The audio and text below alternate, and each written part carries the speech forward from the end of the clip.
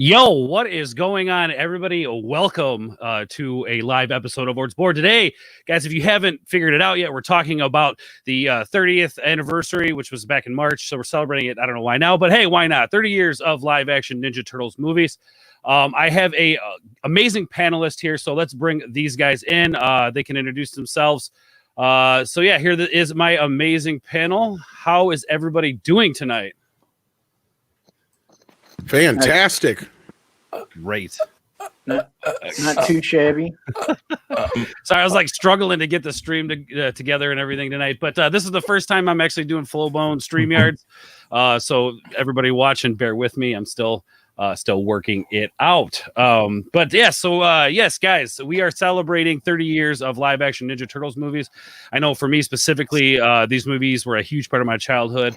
And really they set a standard to me for practical effects. As a guy who loves puppets and things like that, this is right on my alley. So let's go through our panelists. I'm going to tweet this out while you guys are talking. Thomas, let's start with you, the Gilk Man. Tell everybody about yourself, where they can find you, and all of that good stuff. Oh, fine, if I have to. Hi, my name is the Gilk Man. The Gilk Man cometh, and you can find me over on my channel, the Gilk Man. I do mostly really interesting streams, but coming up on either Thursday or Friday, I will be unveiling something hilarious. It's going to be memed for sure, and you can also find me over on Twitter at the Gilkman. And thank you very much, Ord's Board, for having me join you for this thing. It's a thing. Yep. Very well. Hey, Ords, you are still muted. I couldn't hear what you said. All right, yeah, no, that's Thords. Hashtag Thords. Hashtag Thords. Sure. Sorry about that. Sorry, I'm trying to get this all tweeted out. Shellback, THC, the Turtle King. Let us know where we can find you, my friend. THC? Okay. JC. Yeah. Wait, THC? Wait, what? We know what's on You your said mind. THC. Oh God! You know what? Just because he said THC, no, you said it. Good. Here we go. Nice night. Mm-hmm. Pizza dude's got 30 seconds. You can't say THC without pizza, right? Well, you said it. Wait, who said what? You said it. When you introduced him, you said Shellback THC. Yeah, you started it. Wait, what? Yes. Sorry, it's the THC. Anyway, it's the THC talking, folks. All right, Shellback, let us know, buddy. I'm just here on the YouTubes and the Twitters as Shellback TJC. I ain't done anything in a while because I've been trying to concentrate on school, but that's important. I do things like this and lurk around here and there, you know, ninja stuff. See, ninja stuff. I like it. It makes sense. It's very fitting. It's very fitting. And Donnie, I swear I get mixed up with this mirrored thing. Anyway, freaking opposite direction. Donnie, Donnie right here. You'll have to forgive him. He's doing his Joe Biden impression right now. Oh Jesus! Oh Jesus! I mean, not Donnie. Did you say Mikey. Joe Biden? Did you say Joe Biden? I meant Mikey. What? Did you say Joe Biden? Yeah, he's doing his. Hi.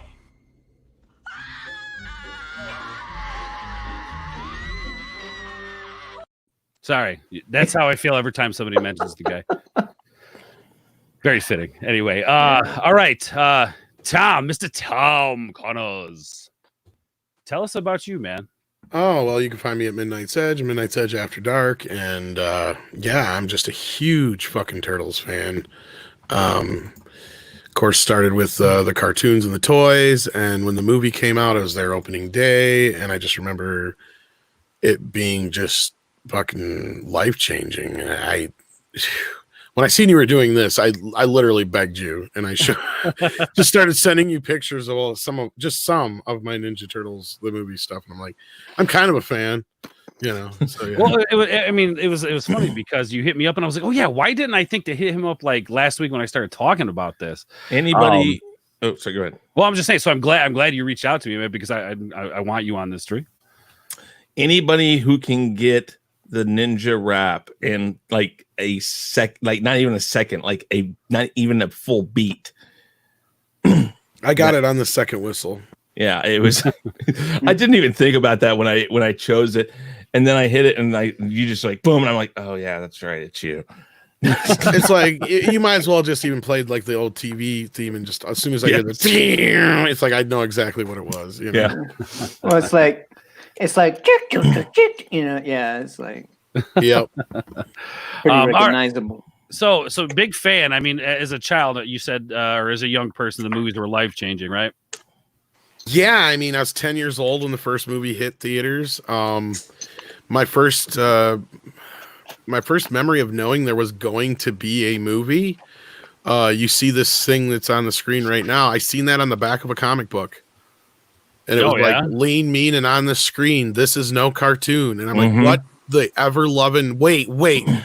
No, you're kidding. There's going to be a live action Teenage Mutant Ninja Turtles movie. And I just, for the longest time, this image you see right here was all I had to go by. And I was just, my dreams were just like, what is it going to be? What could it be?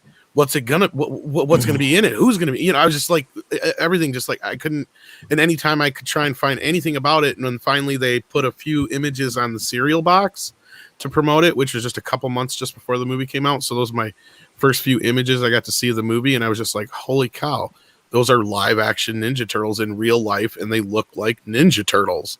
Yeah. And then I saw the trailer, and I was just so stoked to see that movie. I couldn't wait. And it was after I saw it. I mean, I saw it, I don't know how many times in the theater, at least 5 or 6 maybe. Wow. As a 10-year-old? Yeah, because I saw it in the first opening day. Back then, you dragged your mom and dad, and you told them.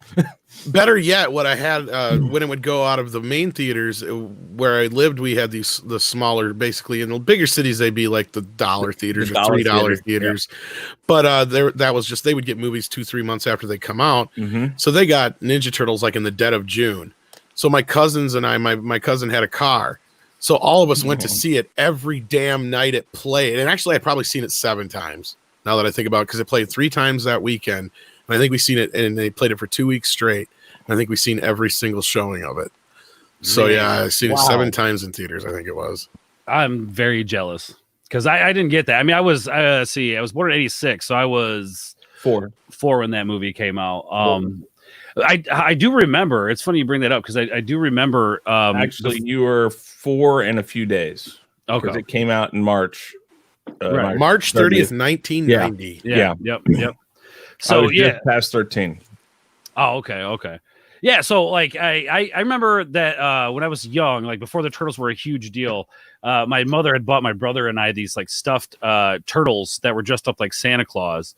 And then the cartoon came, and then the movies after that. So the Turtles have always really been a huge part of my life. So tell everybody where they can find you, Tom. Oh, wow. We went way all over the place. I already said Midnight's Edge and Midnight's Edge After Dark, of course.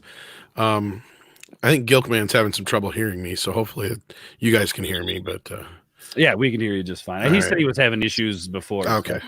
So, all right, Mr. Chris Knight of the Real Review 3000, member of Chaos Central. Tell everybody where they can find you. You can find me on, the Real Review 3000. You know, go to YouTube. /The Real Review 3000. I'm there. I promise you, I'm there. Sean's also there occasionally. You're there. Chaos Central's YouTube channel, which has a long and difficult link right now. And you guys can help, though. You can go there and you can sub to Chaos Central and help us get to 100 subs. That way we can get our vanity link. And you can also come over to the Real Review 3000. Please check out the videos if you like what you see. Go ahead and sub to me too. I greatly appreciate it. I'm trying to get to 1,500 subscribers right now. I'm at like 1,440 or something. I'm just trying to get there. So I'm trying to get there by June 9th. So guys, if you could, please. Thank you very much for having me. Boards, I really appreciate it. Yeah, absolutely, man. I'm glad you're here. I know you. Well, this was my thing. Right. The cartoons, everything. I like we were doing something about cartoons a while back, and I remembered something. I called my mom and I said, "So what was the thing that I had?" And she's like, "Teenage Mutant Ninja Turtles." And I said, "Okay, I thought so, but I just didn't really. I just wasn't sure." But no, I mean, we went to go see this. Me and some of my friends went to go see this. I want to say 3 or 4 times the first weekend it was out. Every showing it had, we went because we loved it. And then, like Tom was saying, we had dollar theaters around here. So as soon as it was out of the regular theater, it'd show there for 2-3 months, and it was every Friday and Saturday. And we went to see that constantly because $1. Oh yeah, you can talk your mom and dad out of $1 easily. And then there's like $6 you could get a drink and popcorn. You had that, and it got you out of your parents' hair. And then the next year they would get it, and sometimes they'd sell these things through your school that were your parents would pay like $20, and it'd be like 50-cent tickets and it'd tell you the movie that it was at. So the next year it went to those dollar theaters again, but it was part of that 50-cent ticket program. So you got to see it again, and it was like you couldn't get enough of it. And then don't even get me started. By the time that second one came out and that hideout they had, I wanted to live there. Yeah, totally, I still man. want to live there. I mean, in every iteration of like the Turtles and the live action stuff, I wanted to live there. Yeah, but no, I love this movie. And Sean, Sean's the same way. Tom, I mean, I don't know. And of course, you got the resident turtle up there, so he automatically has to love it. He's required. I think there's a contract to be a turtle. Do you have to like it, right, Shellback? There is. I signed an NDA. Okay. Yeah, Gotcha. Sign an NDA. Say no more. Say no more. Damn NDAs. Mm-hmm. Oh, okay. All right. Well, at some point we're gonna have Fatal on here. I'm gonna send him Fatal, my boy. Yeah, at some point. Anyway, moving on. Sean Stackhouse, how you doing, brother? I'm good, man. What's going on? Not much. Somebody I think told me you hit 3K. Yeah, I sure did. Congratulations, dude. Thanks, man. That's awesome. You had a sub celebration or sub celebration for that today, yeah? Yeah, we did. It nice. was a lot of fun. Nice. So everything went smooth with that then. Good. Yeah. Cool, man. Well, tell us a little bit about yourself, where people can find you, what you do, all that jazz. Sure. You can check me out at Sean Stackhouse Reacts on YouTube and at Sean Stackhouse on Twitter. I do a lot of pop culture and music stuff, and very similar to, I guess, what Chris does.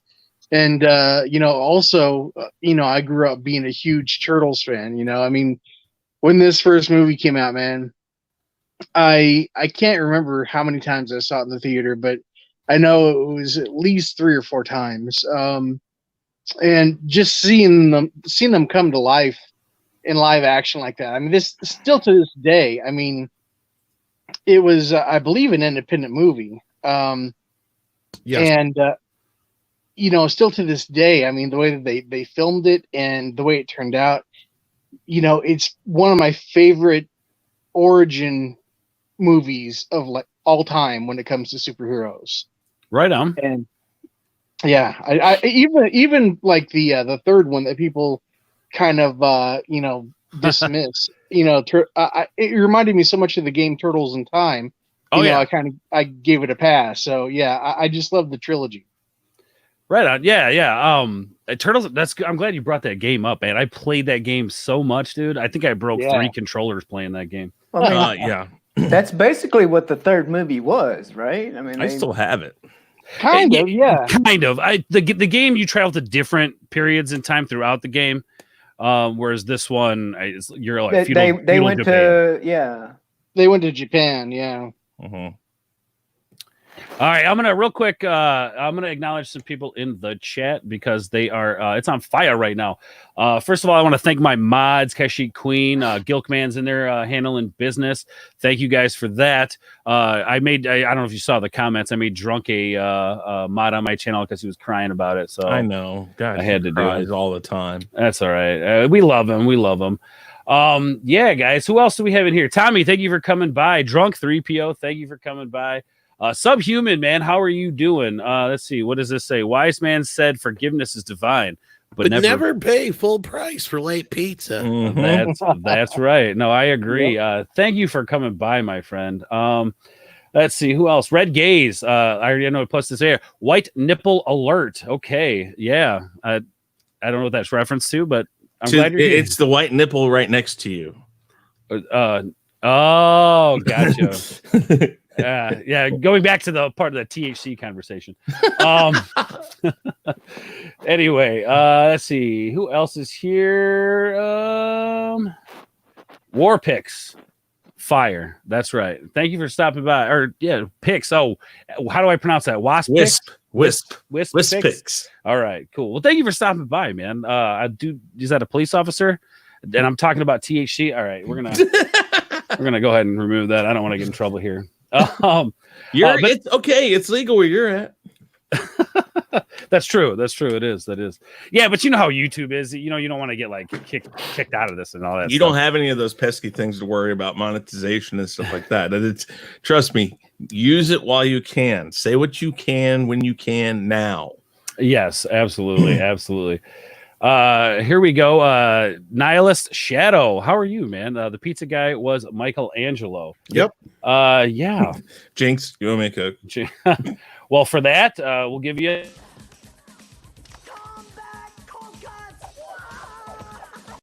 All right. I love that.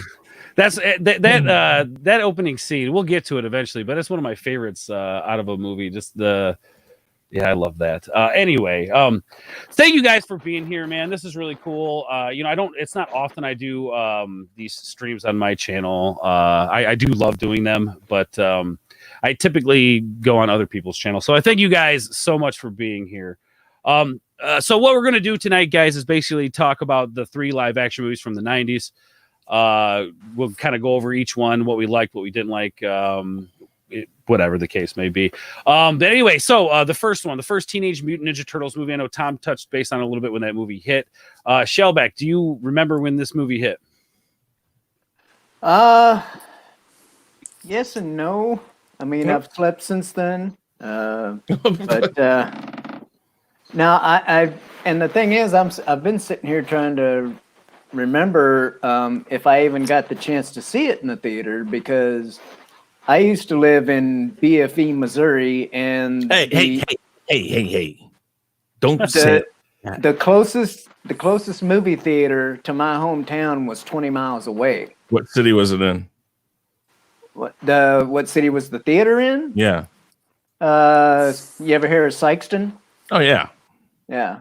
I live in Missouri. Of course, I've heard of every damn town in this place because, it's either the tornado that hit it, the freak killer that showed up there. It's all that crazy stuff. I mean, I didn't hear about Kansas City until George Brett came along. Hey, real quick. I don't know what happened to Sean. I'm assuming he'll be back. I think he was on his phone, so he may have been having some issues.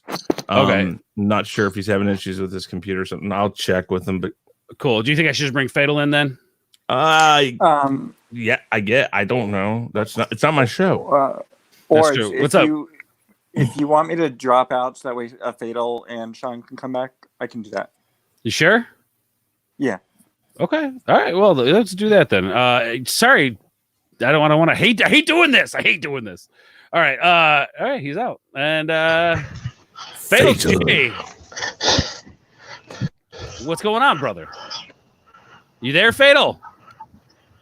Can y'all hear me? We can. Yeah. What's up, brother? Y'all sure y'all can hear me? Yes. Yes. Beautifully.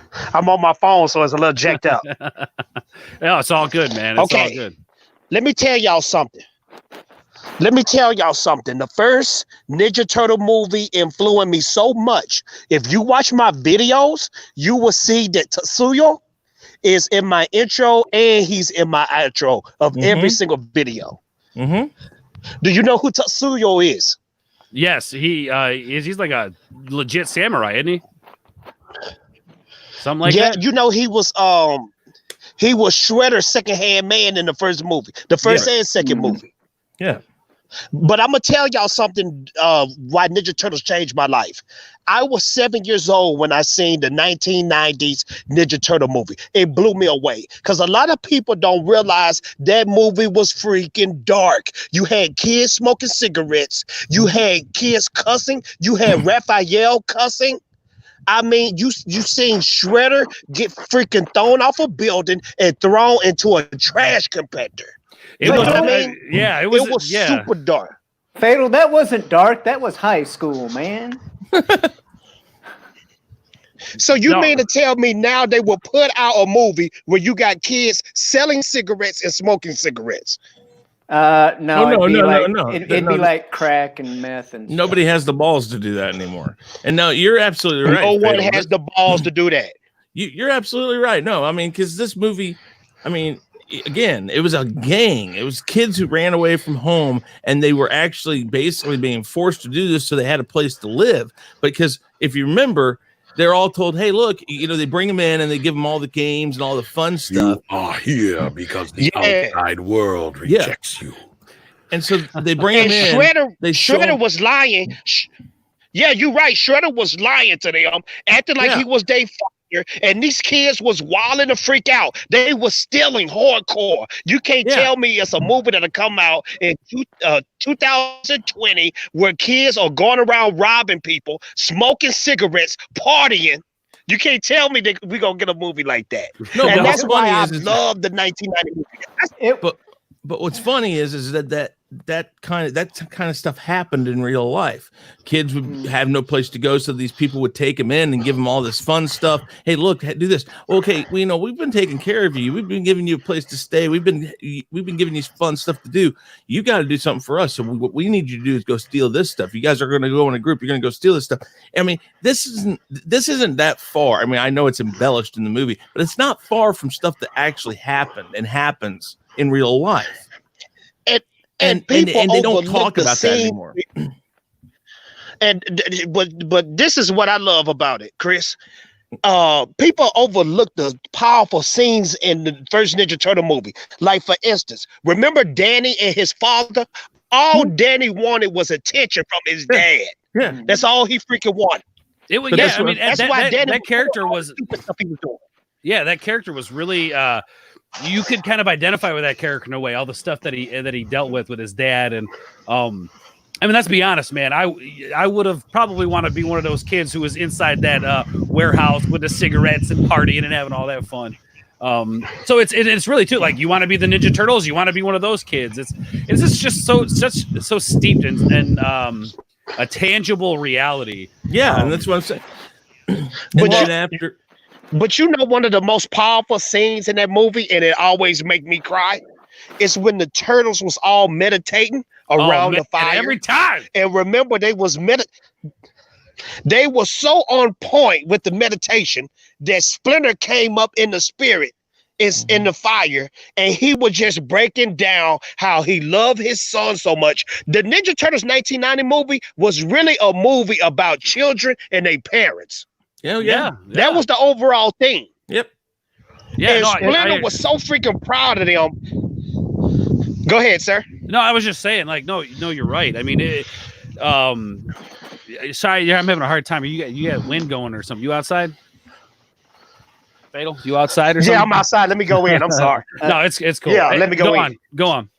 It had, that movie had the serious stuff, like, like that with the kid and his dad and all that, but at the same time it had the equally funny moments, like when the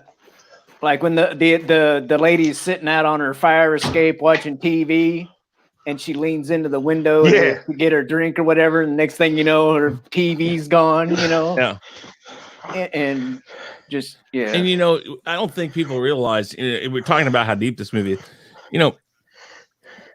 Raphael got like seriously hurt in this.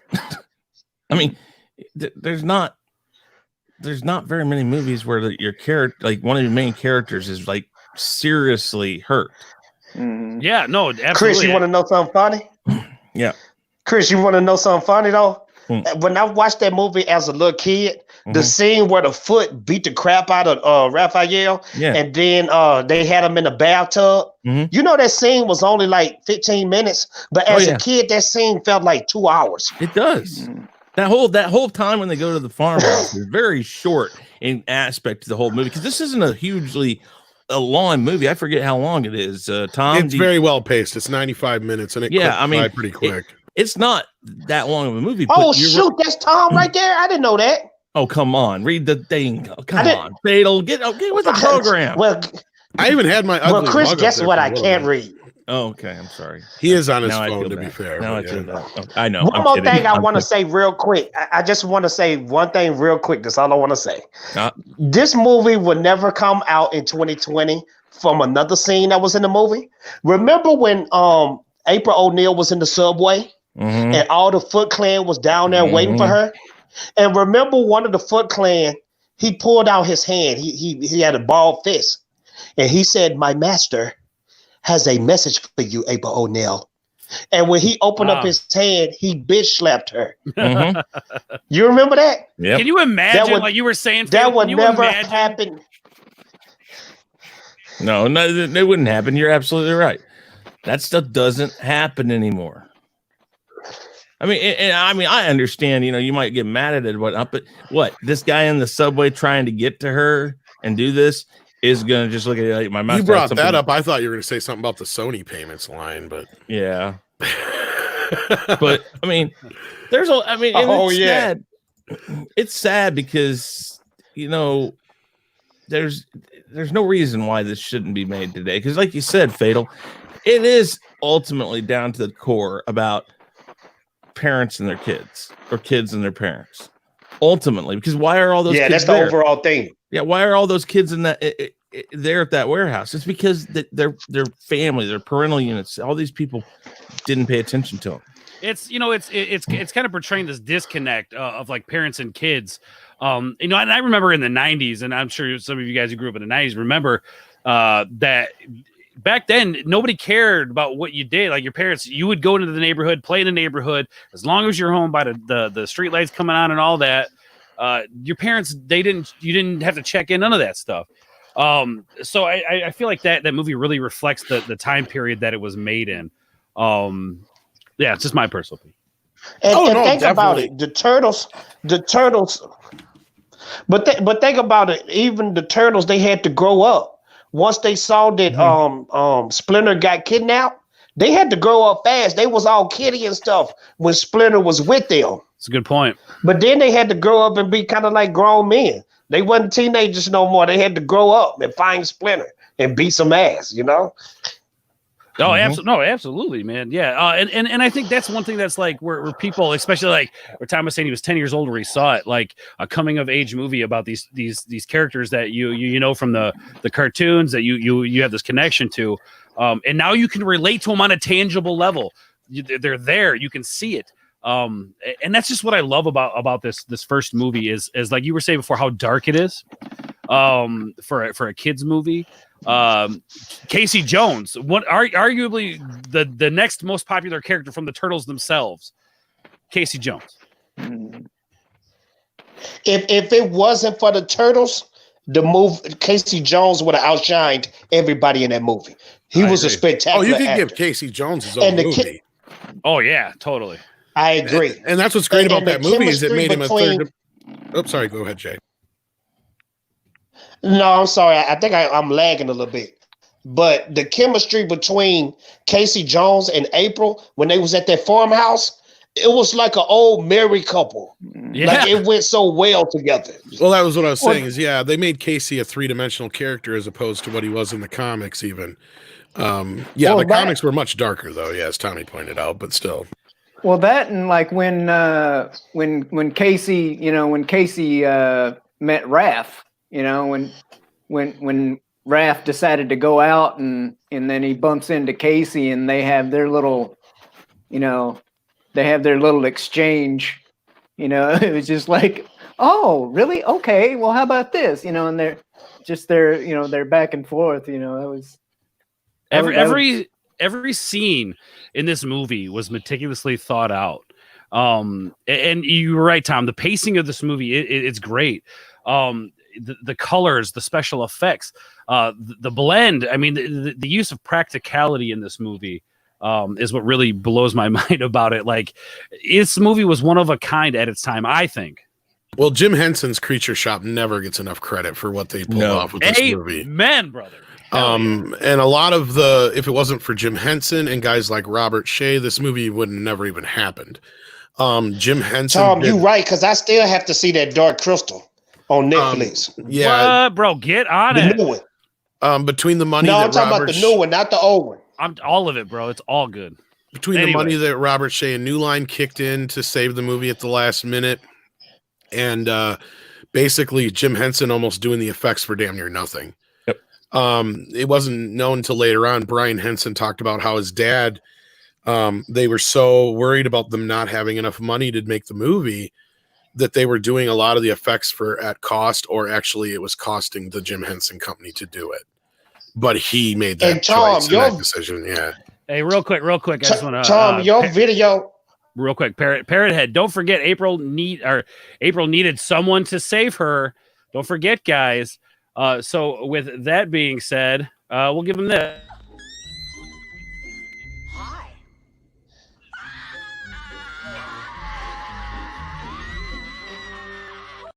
We got Steph in the back too, I think. Oh yeah, here we go. Hey, my nerdy home. What's up, Steph? Hello. Welcome to the Turtle Talk. But Tom, you right though, because I was watching Midnight Edge when y'all was breaking down about the Turtles movie, the production, and I thought that was pretty much genius that they put the turtles in darkness, because they really put those in darkness because they was afraid how they look in the light, the puppets. Mm-hmm. But I thought that was genius because it gave movie a dark feel, Mm-hmm. I mean, that's the thing. What's up, Steph? Hi, Fatal. When you've got people like Jim Henson and these great minds working on something like this, like Jim Henson, I mean, years before this movie was doing, having to do every little trick in the book to conceal, make things magical. Hell of a job. What's up, Steph? So how you doing? Hey, I'm good. Well, since you're here, tell everybody about yourself and where they can find you real quick. Oh, you can find me on YouTube, Instagram, and Twitter, all at the same handle, My Nerdy Home. Well, there you go. Go check out My Nerdy Home. So tell us a little bit about how you feel about this first Turtles movie, since we're still talking about that very first live action. Well, what is you doing? Smoking a big blunt over there? No, cigar. I wish it was that big though. Anyway. The first Turtles movie was the first. Okay, the first Turtles movie. I never saw it in the movie theater. I guess I saw it when it came out. However it was released, but yeah, I freaking loved it. I fell in love with the Ninja Turtles at that first. Did you? It was the first live action movie is what made you fall in love with the Turtles. Yeah, okay. I did see the cartoons, but we can get onto that later. But yeah, I totally freaking loved the first movie. The first movie was oh man, it was so good.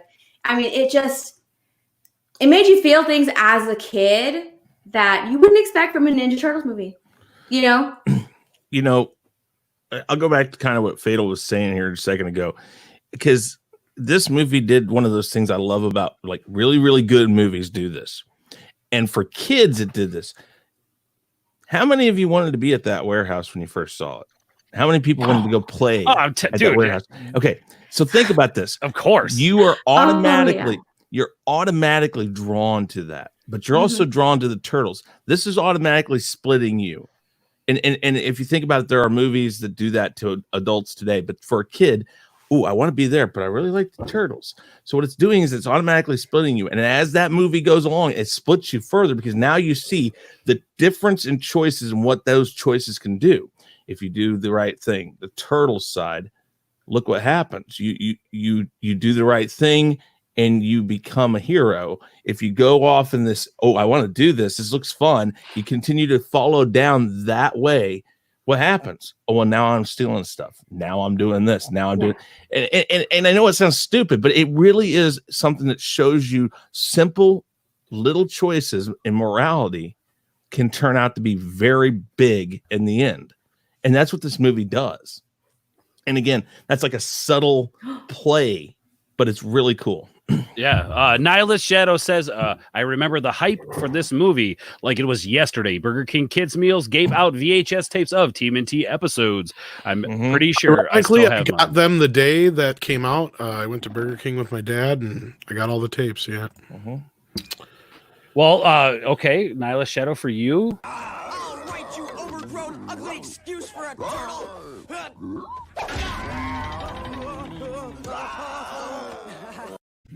Now, Tom, you're the one, and I can't ever remember why they weren't allowed to use Razor and Bebop.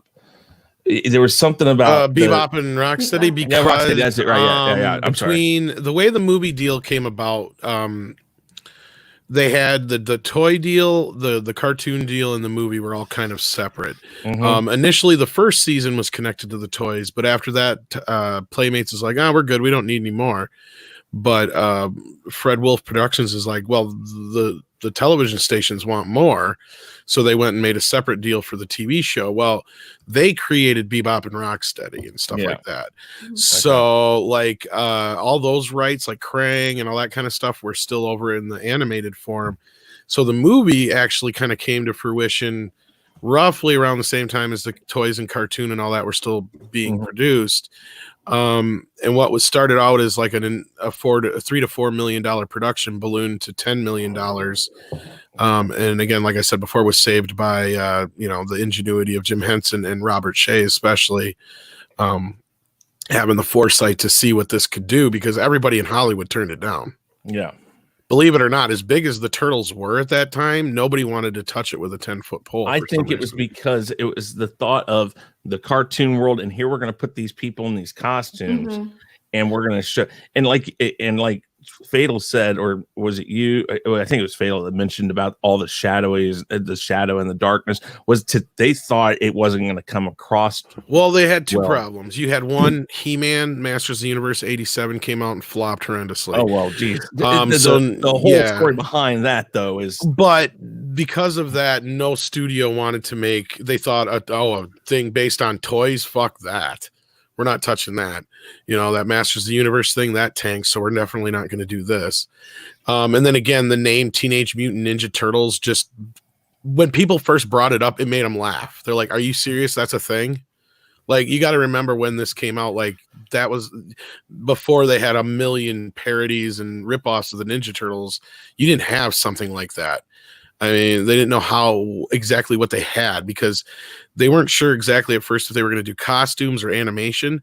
So they were trying to sell it to some of the studios. They're like, oh, it's going to be like the next Who Framed Roger Rabbit.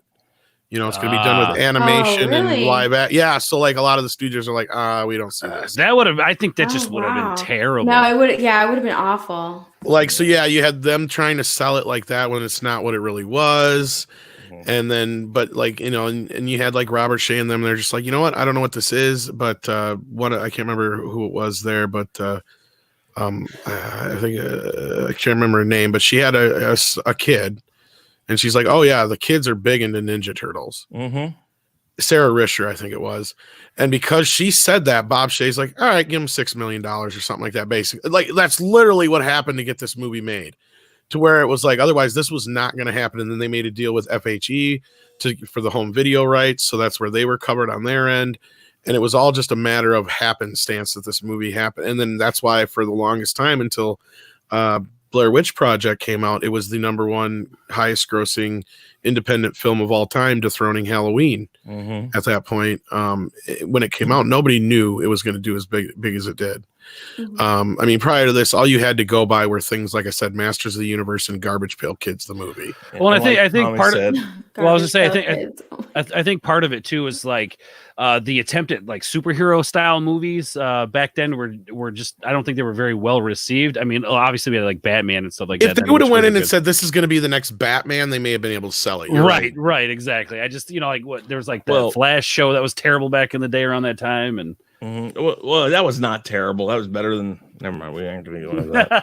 I like enough stuff people don't like that. No, but it has a lot in common with Batman in the sense that it was very dark. It was, and like it did take itself seriously. And exactly, that's the thing. The people who came up with this looked at it, and okay, I mean, the cartoon was fun, but the cartoon was not slapstick, but it was kids. This, yeah, you could tell it was made for kids. This was from it was dark and broody like comic books. Well, the original script sucked. Yeah. I've never read it. I would love to get my hands on it, but from what I know, the original script was tossed out basically, and they literally sat down the director and the writer, and he started ripping pages out of the comic book and said, "This is going in. This is going in. Nice. This is going in." This is going in.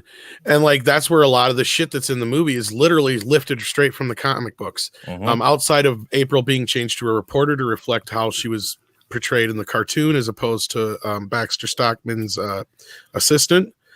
And they changed the colors of the headbands, of course, and made their personalities a little bit mixed between what they were in the comics and what they were in the TV show. Other than that, it was all pretty much that opening scene straight out of the comics. Raph getting hurt and them going to the farm is straight out of the comics. The showdown with Shredder is straight out of the comics. This is a case study for if you're going to do a comic book movie. This is a case study of it. This is how you should do it.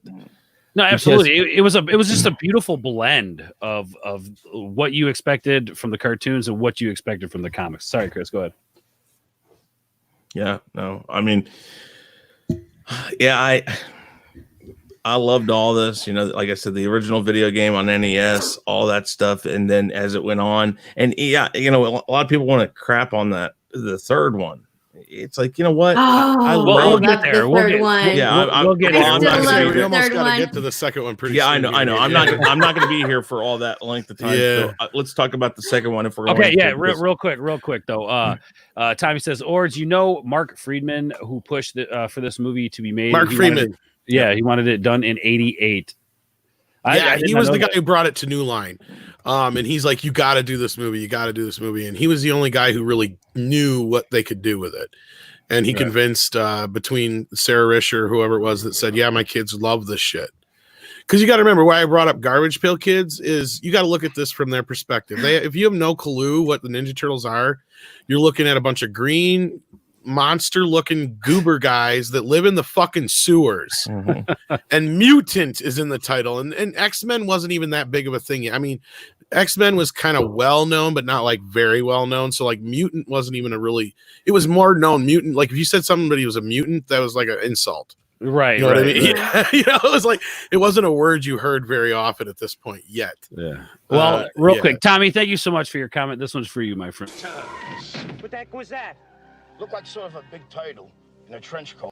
And the guy on the left there is Josh Paez, who was in the suit and did the voice of Raphael in the first film.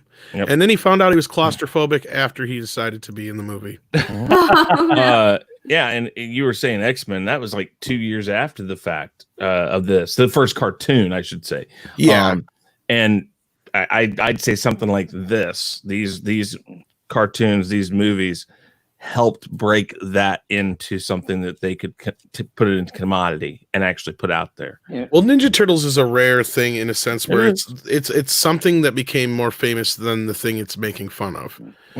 Because Ninja Turtles actually was supposed to just be a one-shot parody comic that made fun of Daredevil and X-Men, the New Mutants specifically, and a few other. There's a whole theory. There's a whole theory that the Turtles and Daredevil were created at the same time. Because they legally can't say that. But, but the vial of ooze that gave Daredevil his powers is the same vial that made the turtles what they are today, supposedly.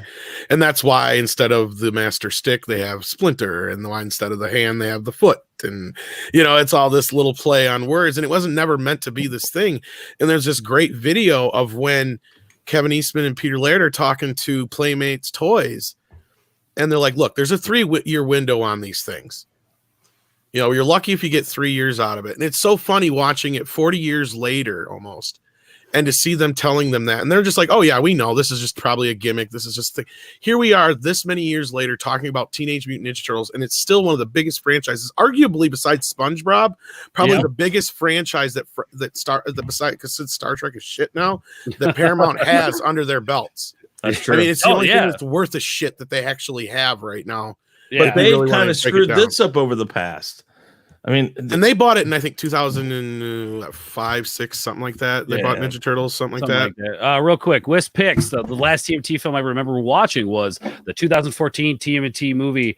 Man, I'm going to give you this one. I don't. Those movies were bad, but here you go. Yes, friends, the new Turbo Ginsu. Woohoo! It dices, it slices, and yet makes French fries in 3 different.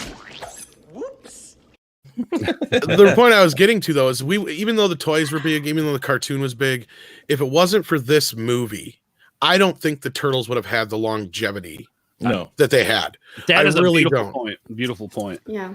No. All right, so let's move on to the next one. The first movie was great.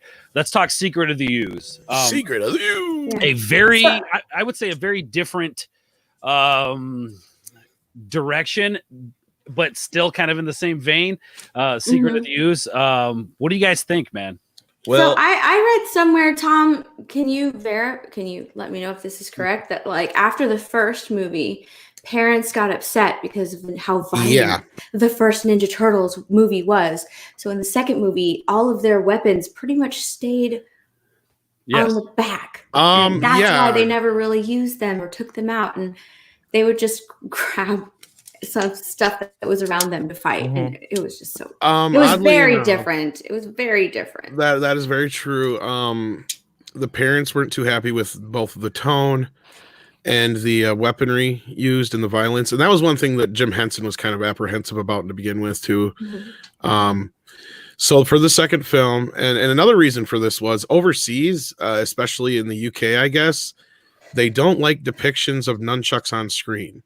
Really? Nunchucks? No, nunchucks. Even when this came out, the United States they did not like that. They didn't really care for it, but in UK they had to edit it out. Yeah, like they had to edit it out every time. So I'm guessing this is why we get this scene then.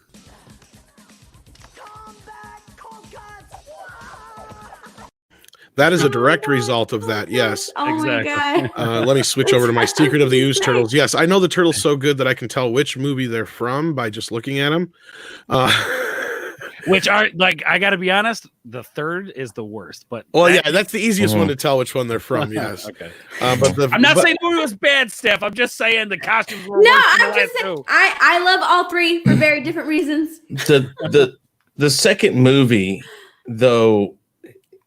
Again, it's good for kids to watch it because if you and again, it's comic book movie, but think about it. They're there. They figure out that they can find out what was special about them, or they're thinking, okay, this ooze made them these special people. And then when the first time they ask, I can't remember the name of the doctor in it. First time he says, "Well, it was an accident," and they learn that they're like, we're just an accident. We're not. I mean, they thought there was more to it than that. They thought that there was something really about it, and then they find out it was just an accident. It was like it wasn't. They were supposed to be throwing it away or something. I can't even remember right offhand, but they were supposed to be disposing of it. Yeah, and it's like, how many kids have been devastated to think, and let's be honest, okay, kids are special individually. Every kid is special individually. But not everybody's going to become a doctor. Not everybody's going to be an MLB star. And so when a kid first realizes that, it's difficult. When you first realize there is a difference between you and the person next to you, that some people, I don't want to use the word better, but some people are just more talented, things like that. This movie dealt with that almost. And again, deep down, there's a serious issue being handled there, but it's done in a way that kids are kind of subliminally fed that. And I think that was the beauty thing about the first and the second movies. There was a subliminal message there for kids to learn something from it, and they didn't even realize it. Yeah. I mean, that's the thing, man. I feel like they really especially one thing that I think movies are lacking today is a moral compass, a endpoint, some kind of morality out of it, not just virtue signaling and throwing it in your face, the whole thing, but leading up to this moment where, before that moment, you have struggle, you have hardships, you have victories, you have losses, and then to get to that endpoint to learn that moral point. The second one, though, this is the second movie, man. Super Shredder, we got a Super Shredder. I mean, it was very more, I would say, sci-fi than the first one. And the most important thing in this movie, I mean, if it didn't have this movie probably wouldn't be worth anything. And it's probably the most important thing for any Teenage Mutant Ninja Turtle or cartoon ever. Please say pizza. What? It is Vanilla Ice and the Ninja Rap. Oh, fuck, Vanilla Ice. Oh, God. If that wasn't there, this whole series, everything you've ever known about it, the cartoon, the video games, the movies would never have been worth anything if Vanilla Ice, the savior of the early 90s, had not done the Ninja Rap. Let me tell you, me and my cousins, we would be dancing to that. We had that whole shit down. Like when the turtles would dance to it. So funny. Go. I remember that scene, though. It was just so awesome. I know. And the fact that they're doing it the whole time, where the whole place is being torn apart around them, it's like, that's kind of cool. Well, I really love I've never been to New York. I don't know if that's how pizza is in New York, but at the very beginning of the movie, they make pizza look fucking delicious. The cheese pizza in New York is to die for. Pizza in New York is delicious. It's to die for. Oh, hey, Sporking News Podcast. Where did you come from? You pulled in about 2 minutes ago and we talked and everybody at the beginning of that movie is just scarfing it down, and they're just like pulling the cheese up, and I'm just like, how come pizza here doesn't look like that? Because you don't have New York City. It's coal oven. It's the coal oven. It's the water. It's the humidity. It makes everything in New York not as good as New Haven style. Don't forget, pizza, it's the pretty pollution. Damn close. It's the pollution.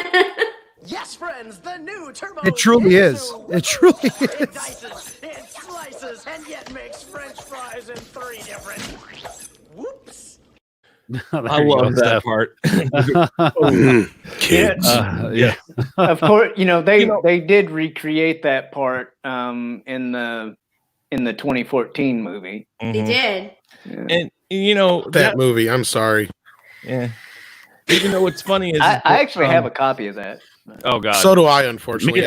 Me too. I got kids. The Shredder is probably the one thing that you would say would have made this a breaking point, but they did really well with that. I mean, it was again the whole premise that they got this radioactive ooze on them, and that's how they mutated. It worked for them. Ooh, Thomas. Oh, wow. What happened? When did I become his favorite? How did I fall? How did I fall from the heights? I still love you, Thomas. You're my favorite. Start some drama? Thomas is awesome. Just guys understand. Thomas is awesome. Go sub to him. Apparently, he forgot about your ego though, because my ego. Yeah. Did you see that on my card? I don't know how that got there. The whole. God, don't ask me. Anyways, so what are we talking about? Turtles or something? So yeah, we're actually talking about the Secret of the Ooze currently. Star Wars. No. If I remember correctly, the doctor, the scientist that was in the second one, that's not Baxter, is it? I can't remember that. Okay. Now, what do you think if they would have done that? They would have made that guy Baxter, and then somehow he has an accident where then he turns into the fly business. Could have been interesting. I don't know. Well, because I know that it would have been Interesting. Yeah. So now we get two other characters that I don't think we've ever seen in a Turtles property. Tokan or Razor. Mm-hmm. Now is this and maybe Tom knows because that's why he's here, because he's the genius here. Were these characters to replace like a Bebop and Rocksteady? Yes. Yeah, they couldn't have Bebop and Rocksteady, so they came up with Toka and Razor. And yeah, David Warner's character I think was kind of a stand-in for Baxter. But I'm not sure if they could use him because if I'm not mistaken, I think the Fly version of Baxter belonged to the cartoon. The comic version, he just gets deformed. Mm-hmm. So I think they just decided not, and plus Baxter Stockman in the comic is a real dick. So they wanted the Jordan Perry to be a good guy. So I don't mean to start crap, but Gilkman says this. Oh, sporking. Well then, interesting. Only on Friday and Saturday nights when I need a buck. There you go. Hey, a buck's a buck. What did y'all think of Kino? Just jump from stream to stream. It's easier. Kino is interesting because Kino is played by Ernie Reyes Jr. For those who may not know, he was in Red Sonja as a little ass-kicking kid. And then he also was Donatello's stand-in for stunts in the first film. Mm-hmm. I just, like I said, the biggest impression that I had was when they got to that abandoned subway station. I swear to God, that was just so kick ass. The second layer they had. Yes, Yeah, that was cool, man. That was wicked cool. Just the sheer, they had the single subway car, which was just truthfully like a quarter of a subway car, and just the way it was set up. I mean, gee whiz, that was so cool. That's what really stuck with me. And that, I mean, the movie overall is really good. It's not, again, it's a different movie from the first one, not just because it's the second one, but it isn't really as deep. And I mean, the first one's more like, I'm trying to think of a good way to put it. The first one's like the first Batman. There's a lot going on. It's very dark. It's moody. And the second one's more like, I'd say it's a notch or two below Batman Forever. It's real quick. I want to shout out. I'll put this up here. Actually, I'll put this up again because why not? I just want to shout out to Gilkman. Donated $20 to the PayPal. Awesome. So thank you so much, man. That's awesome. Big shout out to the Gilkman guys. Make sure you go sub to him. I love he's actually really starting to build his channel. I love that he does these Adventures of Gilkman videos where he goes over these cool adventure pictures that he does because he's always on the go. So it's a very comfy home warming channel. So go check out the Gilkman. Go check him out, please, guys. Do you have anybody else waiting to come in? I do not currently, no. Okay, because I'm about ready to run. I do appreciate you having me on here. Yeah, absolutely, man. I'm still having to deal with work stuff. I'm getting texts left and right now because now that they want to deal with it. But no, thank you for having me on. Shellback, Tom, everyone. Thank you, Chris Knight. Real quick, tell everybody where they can find you before you leave. Well, you can find me right Everywhere. here, right now. Yeah, pretty much everywhere. I'm a stream whore. I'm like slightly better than a $3 hooker, so I call myself a $3.25 whore. That's what I go as now. Wow. Call me the $3.25 whore full of ego. No, but Steph, and what's your name down there? Doesn't matter. Scott. You're not high enough in my world. Yeah. Yes, that's it. Thank you, Steve. Everyone. And Ords, thank you very much. Tom. Absolutely, sir. You school these people because I know you know this stuff. Yeah. I mean, anybody that can get. I have a question for Tom. Well, first off, I just got to say, anybody that can get Ninja Rap on the second whistle, which I know you only waited just to see if the other person knew it. I did that, and I swear to God, Tom, I'll still say it. I totally spaced on who I was playing it to. I should have known because we had talked about it, but you had done it on Marioki, I think.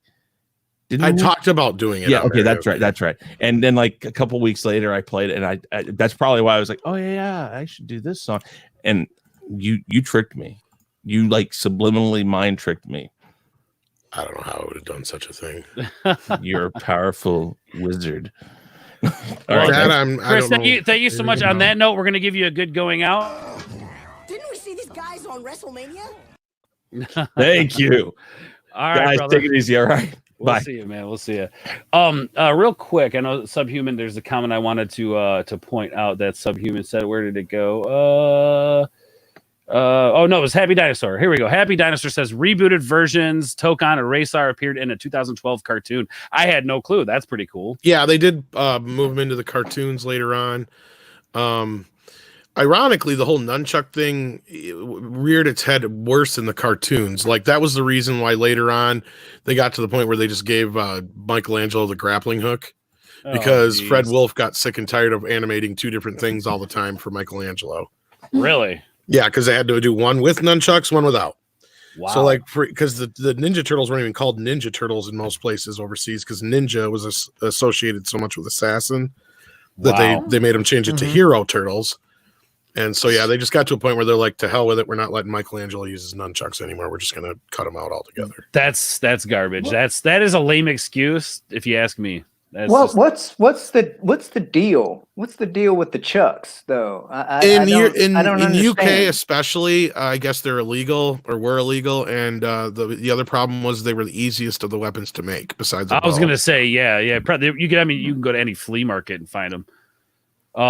Happy Dinosaur, this one's for you. Thank you for the comment. Nice night.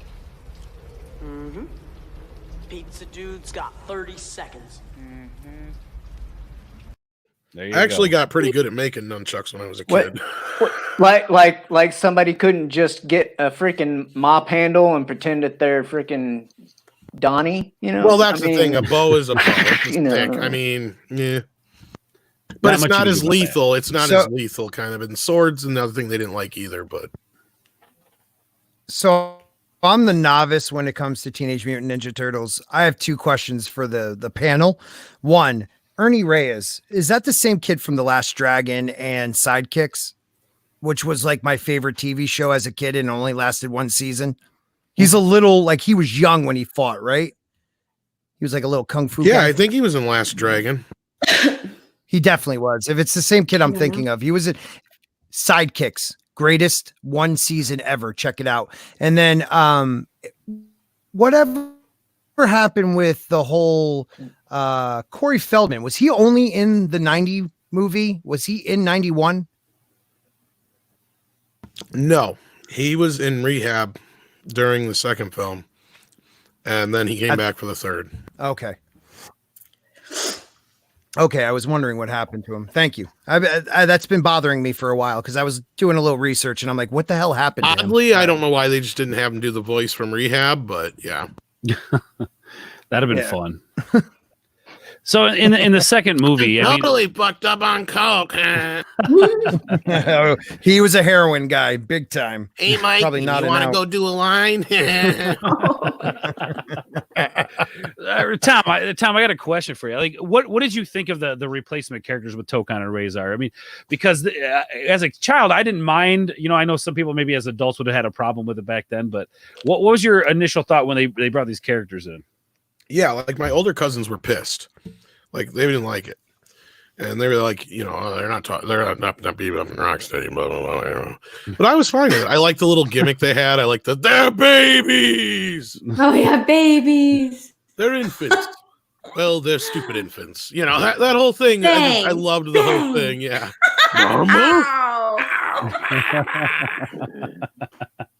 Yeah, no, I mean, and the suits they built for those guys. Holy I mean, can you imagine how long? Turtle looked awesome. Yeah, but can you imagine how long it would take to like weave the hair for the? I think that was like yak hair or some shit. Yeah. Jeez, man, I can't even imagine. Again, shout out to the Jim Henson Creature team back then, man. Just amazing. And I think the best part was like when he tries to fit into the sewer. Where was it? Toka? Yeah, he gets stuck. Yeah, and Michelangelo's just tickling his feet. Tickle.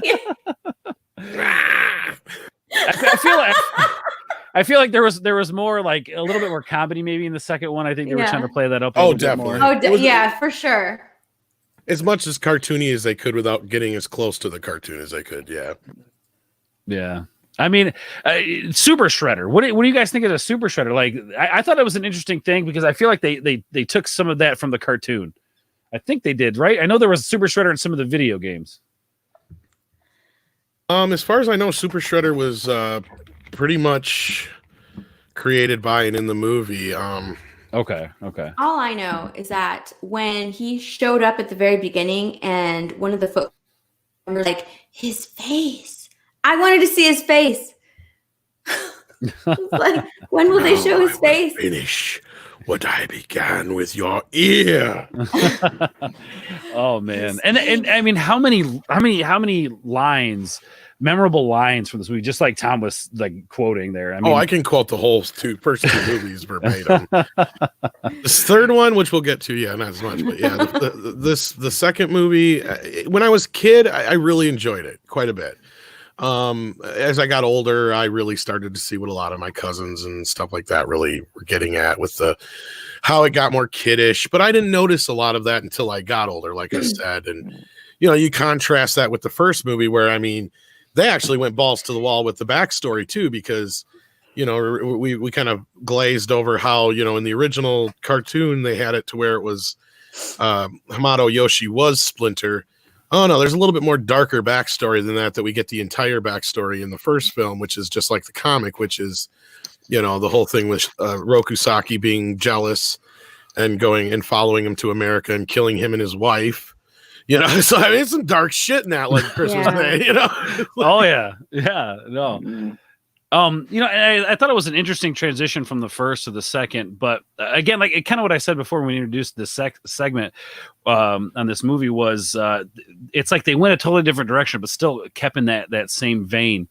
And I think the trick was keeping the turtles in this pretty much the same. Like their personalities didn't change too much. Sorry. No. That's exactly my point. That's I'm glad you said that because you're right. They didn't really change, which I think makes it more believable. You can change the setting, you can change that, but are the characters still the same? And they were pretty much the same through the all three movies. Through the third film, I mean, that was not their fault. That's the writing. But yeah. Right. I mean, they stayed true to who the characters were. You even got to see a little bit of growth out of Raph. He's not as much of a hothead in this movie. I mean, they kidded him up just a little bit. He still fights, with Leo and goes off on his own. Yeah, but it's not to the extent. He's a little bit of a hothead, but not as much as the first film. Yeah. He still has to be. That's like his thing. So, but you could also argue that if it wasn't for him, then they wouldn't have found where the foot was and all that other shit. So I mean, he did. But he gets himself kidnapped again, of course. He does, yeah. Yeah, I mean, and that just goes to show you what a hothead can do. I mean, it's almost like they like some of the teachings that Master Splinter taught them. They applied to this movie to try to show you exactly what they're learning. And I mean, really, each character kind of had their own individual journey in a sense. Where Raph did his own thing. Mikey, had to grow up a little bit more than the others, and Donatello, they all had their own kind of like little story thing going on throughout all these movies. Yeah, and the one-liners in this one, though, as far as speaking of the humor and the kid stuff, even though the one-liners in this movie are so quick and fast, like I love it's a little quiet. Yeah, too quiet. Look, it's Raph. Yeah, a little too Raph. And I mean, there's some great ones in it. Yeah, totally. All right, so I guess let's start moving on to the third movie since we're kind of talking about that and the development of the characters, because I want to talk a little bit more about Raph's development. Raphael-san. He has to be called Raphael-san. Yes, exactly. So you know where I was going with this stuff. Who wants to start off talking about this third movie? I mean, there's good things about it, there's bad things about it, and there's some stuff in between. I like the time travel part of it, because I mean I've got a bit of a thing for like period piece movies and history and stuff like that. So excuse me. I think the big mistakes with this. Well, go ahead. No, go ahead.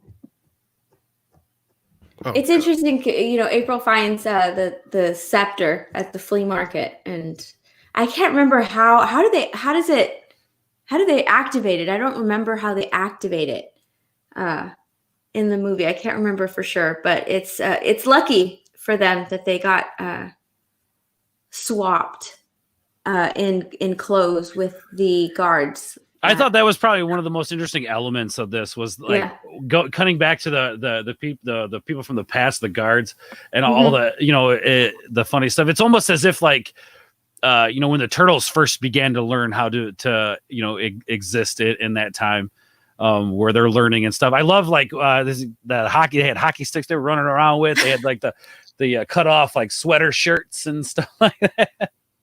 I love how they said hockey at the very end, because Casey had to like teach them, right? He was like their keeper back in the lair of the guys that got sent back to the present day, I guess. Casey ends up being like their keeper. I was gonna say Casey Jones wasn't in the second movie, right?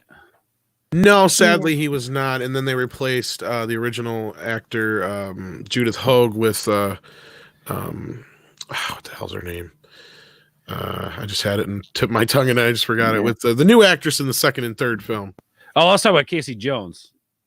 Yeah, but he came back in the third film, of course, but he was still the same actor. That was it was what's her name from Full House. The one that got in trouble. No, Paige Turco, that's her name. Paige Turco, yeah.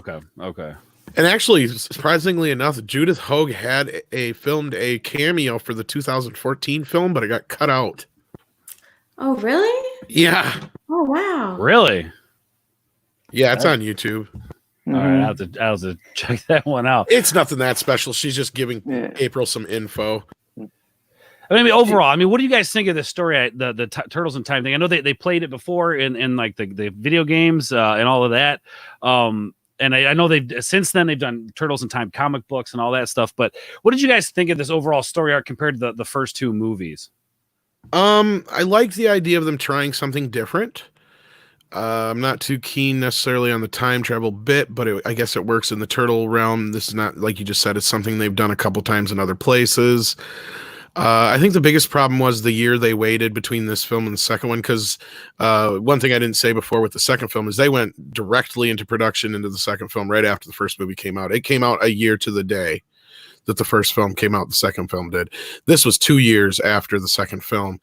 They waited a little longer. They cut the budget dramatically. Jim Henson's company wasn't on board anymore. You could tell. The Chiodo brothers did a great job for what money they had. The effects get a lot of flack, but I know the Chiodo brothers do good work. If you've seen the first two Critter movies or any of the Critter movies, Killer Clowns from Outer Space, them are a couple things that they've worked on. So if you've seen their work before, you know they can do good work. They were just given a very limited budget to work on. And when they make these movies, they got to make so many different costumes, it's not even funny. Like, you have to have stunt heads, 2 or 3 different heads just that are for the talking bits.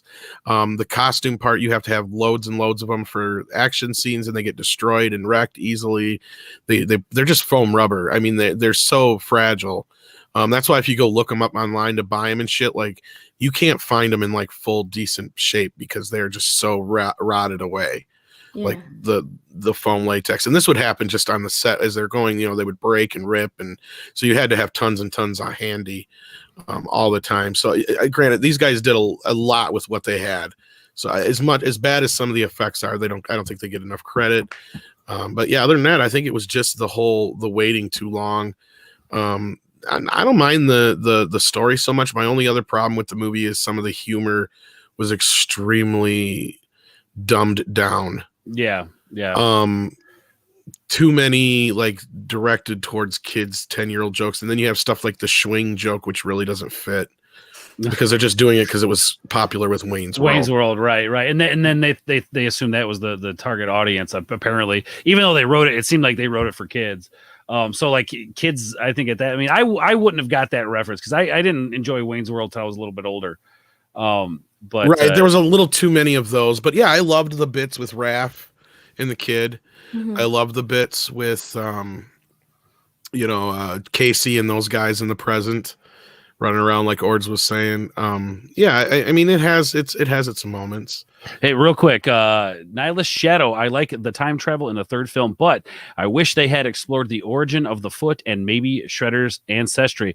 Interesting, very interesting. Yeah, I thought that they could have went with that direction. I mean, I was confused because the main bad guy, he looks a lot like Tatsu, so I thought he was actually his ancestor. I thought it was the same actor. I didn't realize it was two different actors. Oh, gotcha. So years later. For you, NihilusShadow, here you go. All right, you overgrown, ugly excuse for a turtle.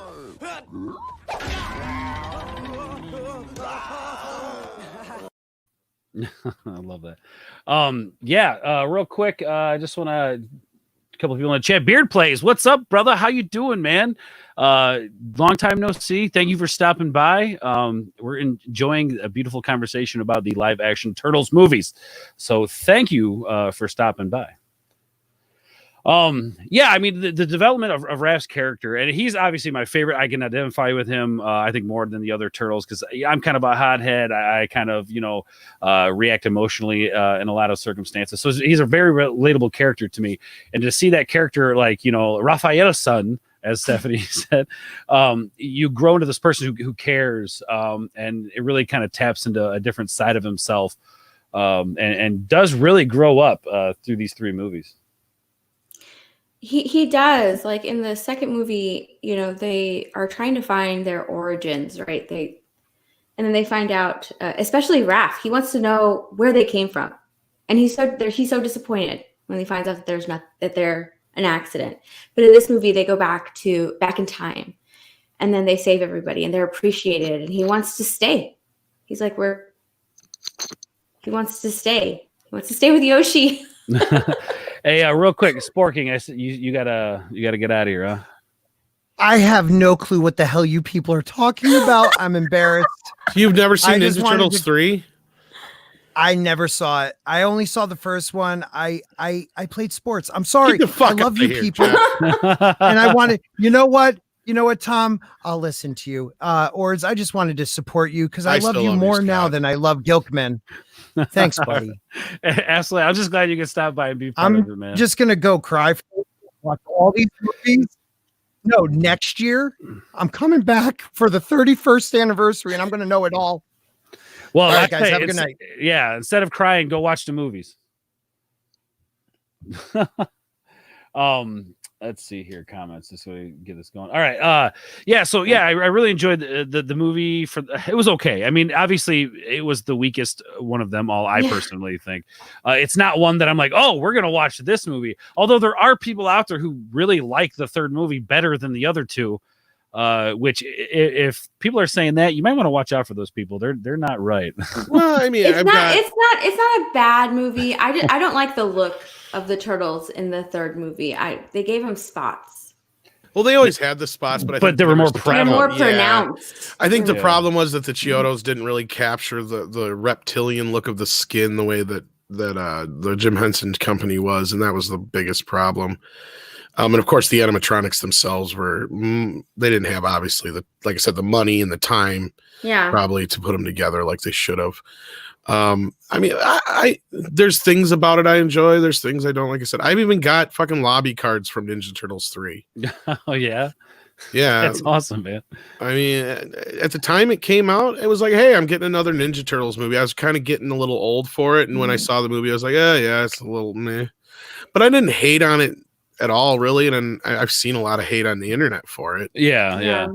No, it has its place. I mean, and that's the thing. Like, there are things about it I don't like, but it still wasn't out of the realm of what the Turtles, the idea they had for the Turtles.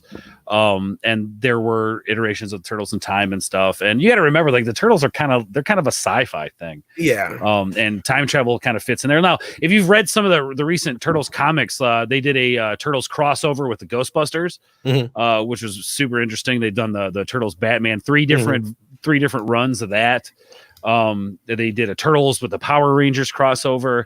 The Turtles are just one of those things that, like, you can really almost throw in any situation and they'll thrive. Real quick, everything Star Wars, like the stream, save the dream. This is for you, my friend. Yes, friends, the new Turbo Ginsu. Woohoo! It dices, it slices, and yet makes French fries in 3 different.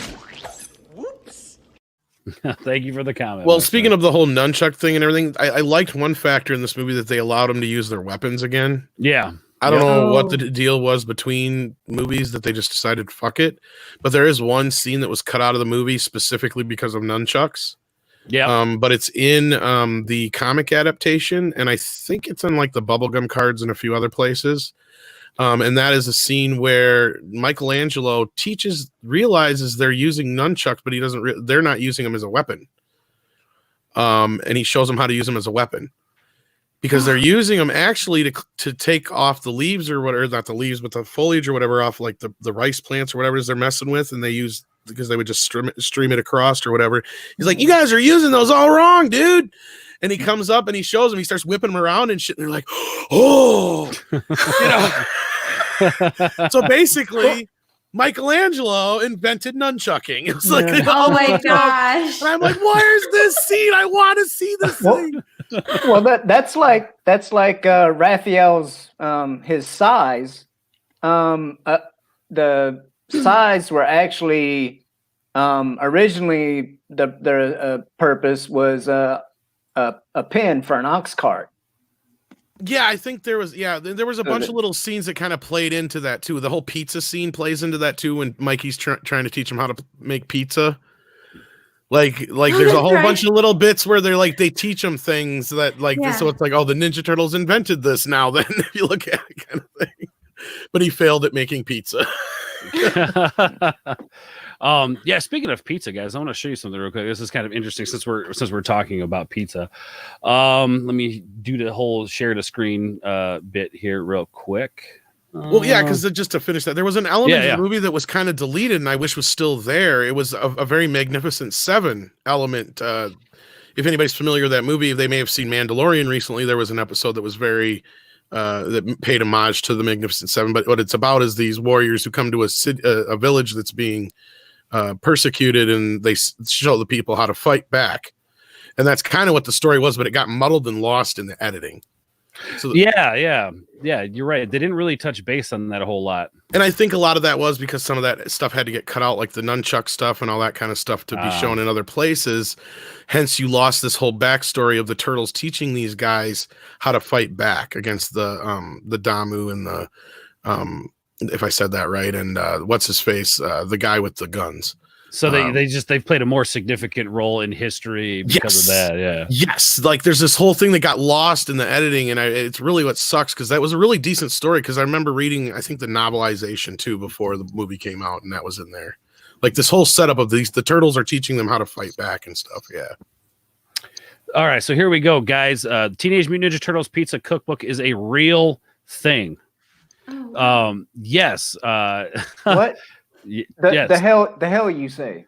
Yes. Pizza Cookbook. Teenage Mutant Ninja Turtles Pizza Cookbook. I'm getting where have I been? Where has this been? Where? Oh, did I mention also Yoshi in the movie? Is obviously, we all know that Yoshi's a descendant of Hamato Yoshi. Yes, right? yes. Yeah, that's obvious.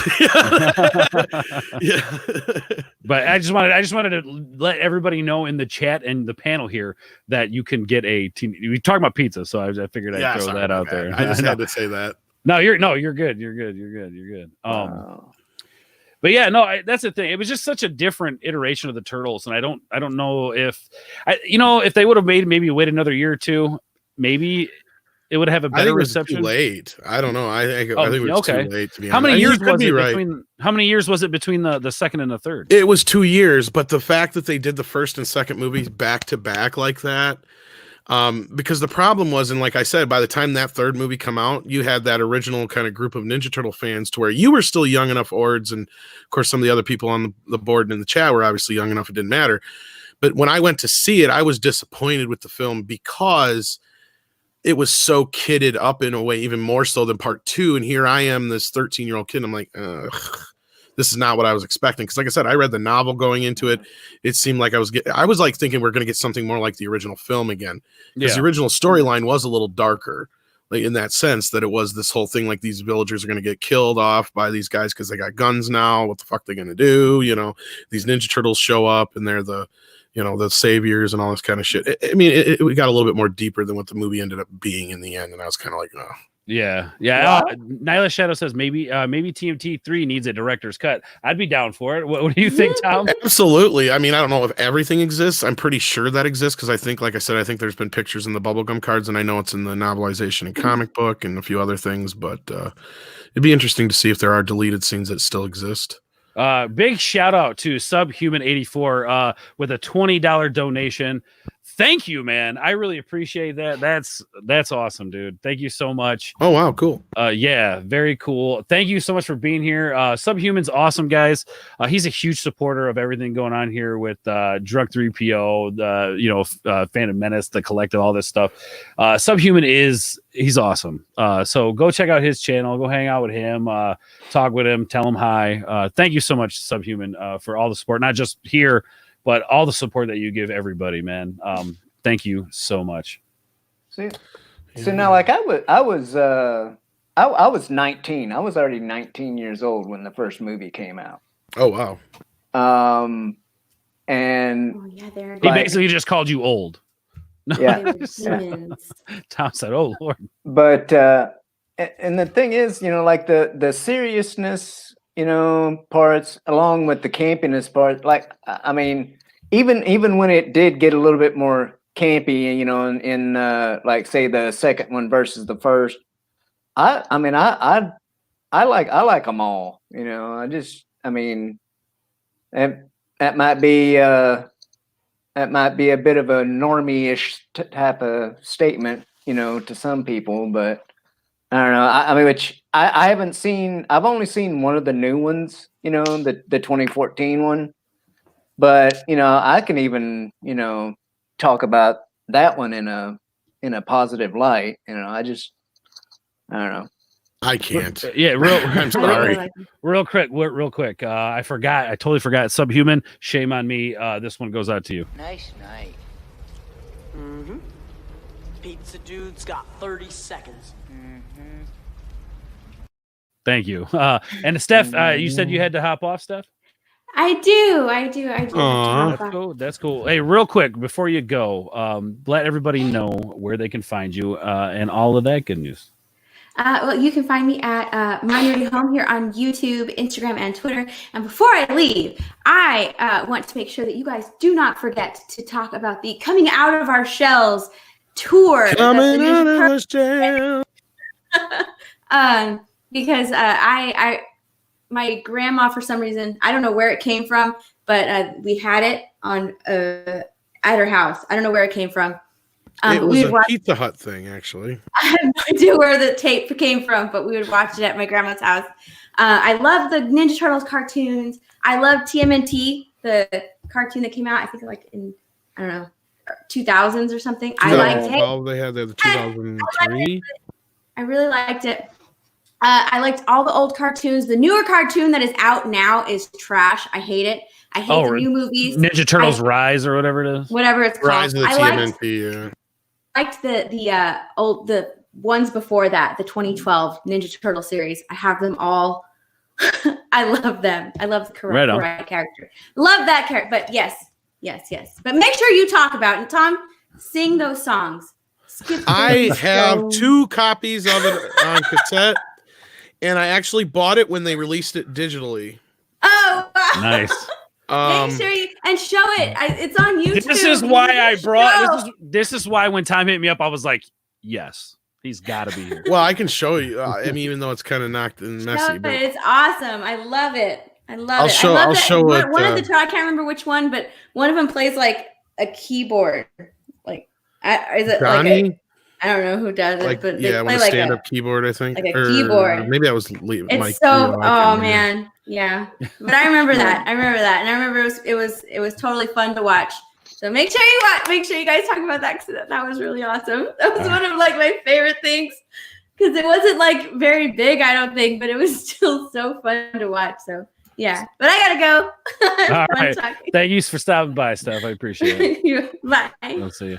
Well, yeah, when I seen you were doing this, I sent a couple pictures to Ords. Maybe you can shed some light on this here, Tom. NihilusShadow says when the turtles arrive in the past, the Emperor is aware of them and claims they are demons who attacked his family before. He had a scroll with them on it. The film does not really explain that. Yeah, it was based on the legend. They don't really get into it too much, other than that. Yeah, there was these monsters that looked like the Ninja Turtles or whatever it was. I don't know if they were kind of implying that there was another adventure the turtles went on into the past. They didn't really get into that from my recollection, but I have not read the book in God knows how many years, so you'll have to forgive me on that. No, it's okay. Well, for you, NihilusShadow, are you? What the heck was that? Looked like sort of a big turtle in a trench coat. Yeah. So we're gonna get ready to start wrapping this up. Yeah, the Turtles movie, it was just such a prevalent part of my childhood. I remember constantly watching the cartoons. I mean, it was always on. The movies, I was not one of those people who got to see the movie in theaters, unfortunately. But I remember as a kid always watching those movies constantly. It was just, and I'm sure there's a lot of people who are like this, where it's such a huge part of their life. Yeah. Any final thoughts about these three movies before we do the last bit here? I mean, no, there's not really. These movies have no impact on my life. I don't know if you want to share the thing there.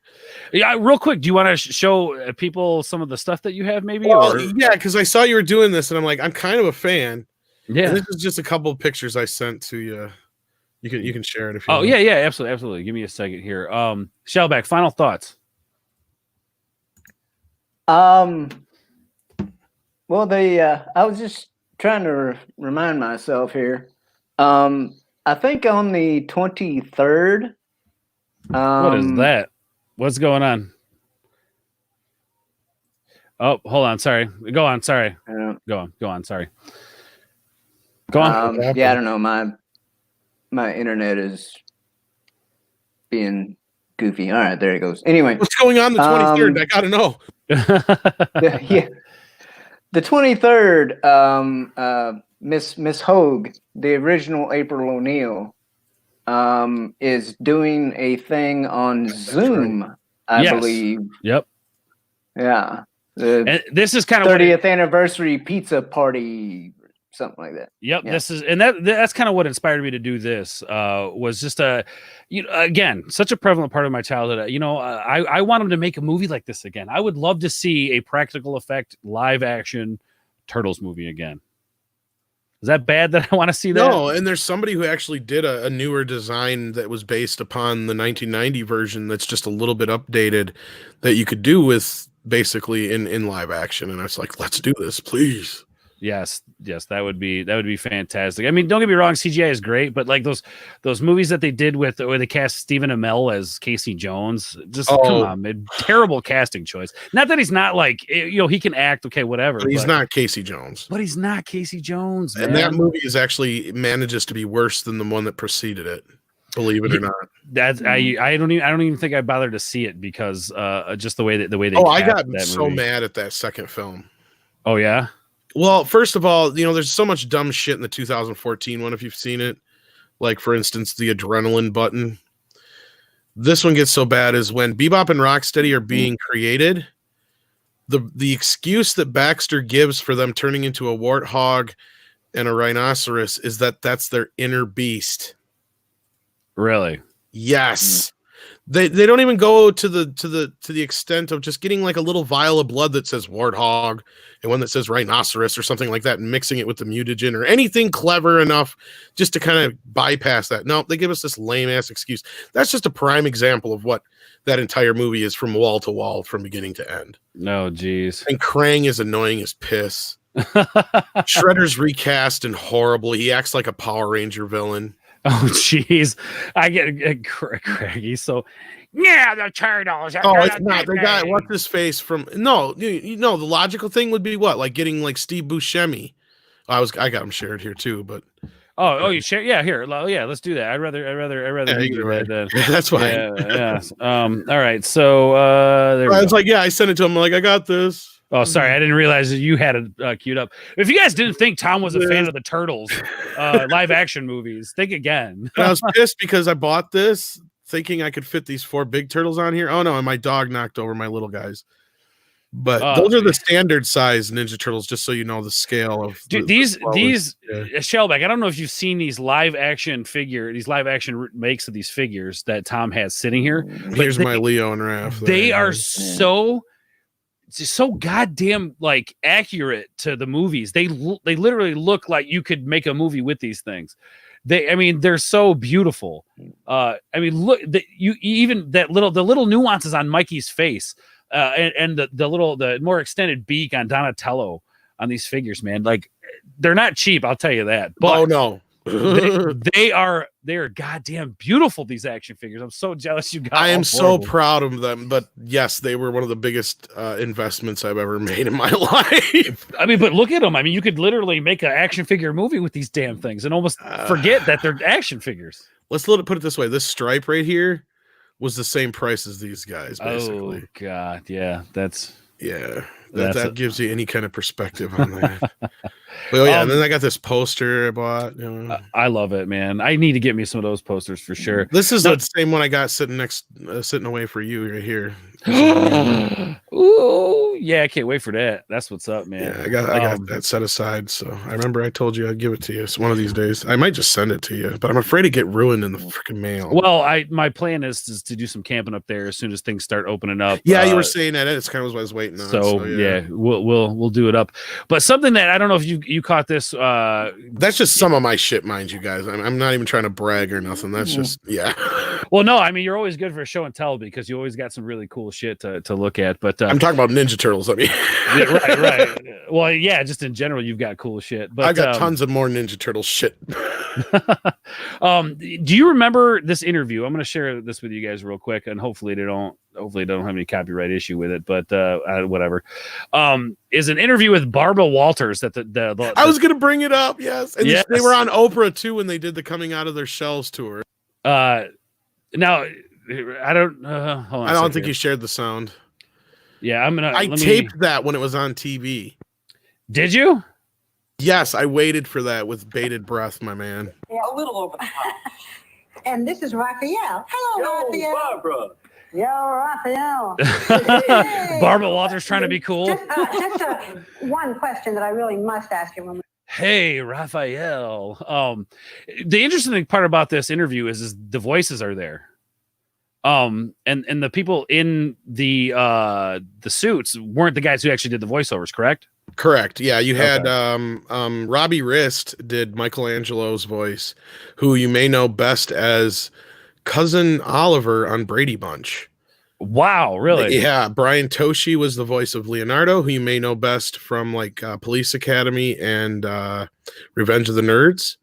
As Takashi. Yeah. And then of course we know Corey Feldman did it in the original one, and I think Leif Tilden or something like that did it in the second one. I don't know. But Corey Feldman, of course, everybody knows. And then Raph was different in each movie, of course, too, as well. So that's crazy. They did a good job with the Raph then, because it's kind of, I wouldn't say seamless, close. It's close. But yeah. This is Oscar night. You guys, had a big film. Not one of you was nominated for an Oscar. Yeah. See, this is why I love these movies, man. It's fucking tangible. Like, she's sitting there with these turtles having this conversation as if they truly exist in the world. And what it was basically they did the interview with the actual puppeteers' voices first, and then they dubbed in the other guys later, probably, or they pre-recorded all their responses, one or the other. Yeah, I'm guessing that is, and the only reason that would be because if you remember here, the end where she asks them about their parents. Yeah, it was all kind of set up, definitely. But here Do we you go. know who your parents were? Look at there's actual. That's a joke at the time that Barbara Walters made everybody cry in her interviews. I don't know if anybody remembers that joke, but there's real tears coming out of that puppet. Oh, that was rigged setup. That's Jim Henson magic right there, folks. It's absolutely beautiful, man. It's just so funny. Barbara Walters, I'm not gonna lie, she's kind of looking pretty good back in the day. Oh, she used to be hot back in the day. Yeah. Look at him. He got that whole box of tissues.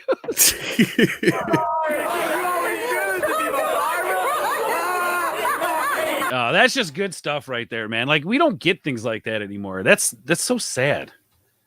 We don't get stuff like that anymore. Oh, no. But anyway, all right, we're gonna go ahead and start wrapping this up. Yeah. Well, we almost got a fourth Turtles movie. Never happened, but it did kind of take other forms in other ways. But maybe never know. let's be hopeful for the future that somebody decides to. I don't know. Maybe not in this era. Maybe a few more years down the road. I'd be afraid that they take it and do what they already did with the cartoons and just destroy. I've been hearing rumors that there may be a more adult-oriented, in the vein of the 1990s movie-ish Netflix TV series coming.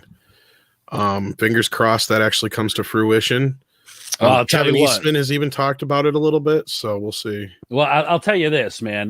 You can bet your ass that I'll be covering that story once it hits. Yeah, we don't need a sequel, but if they give me like a reboot in that vein, I'll be all for it. Oh yeah, absolutely, man, absolutely. Okay, well, thank you everybody for stopping by. Chris Knight, Sean Stackhouse. Sorry you couldn't. I don't know what happened, man. Sorry you couldn't stay. But thank you so much for stopping by.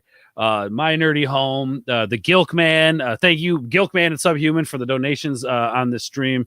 You guys are amazing. Sporking News Podcast, thank you for stopping by.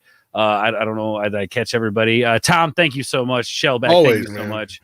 This is an honor that I got to be on here, dude. No, it's an honor that you had asked me. I wasn't kidding. Not enough people talk about these movies, and the 1990 TMNT movie is literally in my top 5 of all time favorite films. So awesome. Well, dude, let's do it again. Let's we'll talk some more Turtles in the future. I think maybe more specific topics, but.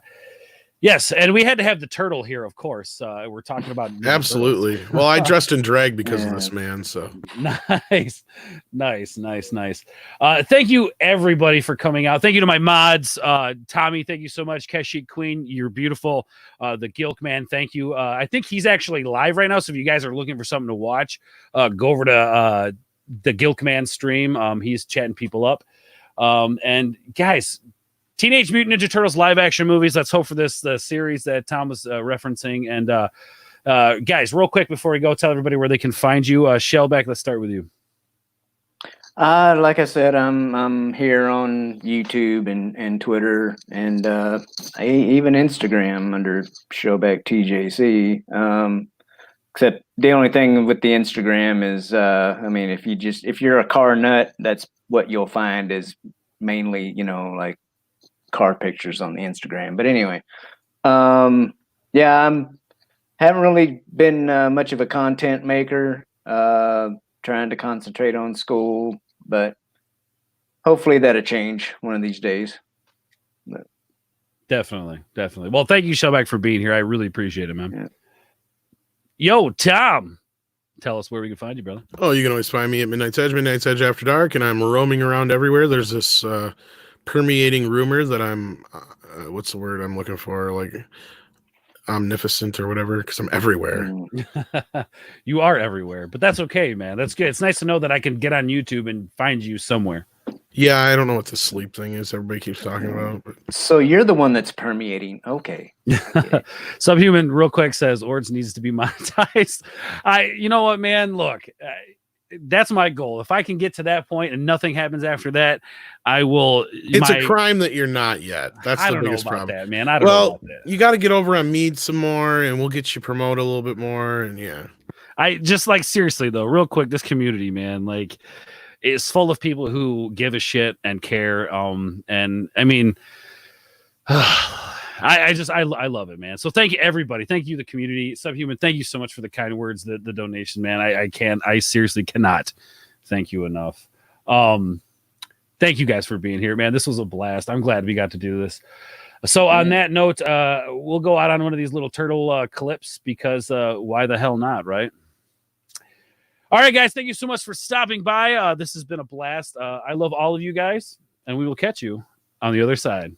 Peace, guys.